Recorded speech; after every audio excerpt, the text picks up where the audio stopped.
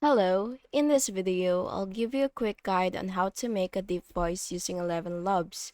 So first, you will have to go to the Voice Lab tab inside ElevenLabs, which you can find on the left sidebar. It's Voice Changer, and then just wait for it to load.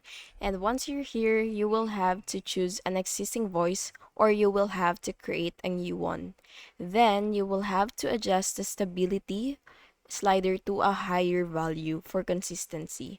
Then you will have to move to the style exaggeration, and then you will have to slightly lower to smooth it out. And to go deeper, you will have to duplicate the voice and add training data with low pitch recordings or type content with fewer emotional peaks. For quick results, you will have to try cloning a naturally deep voice and editing in the voice settings panel.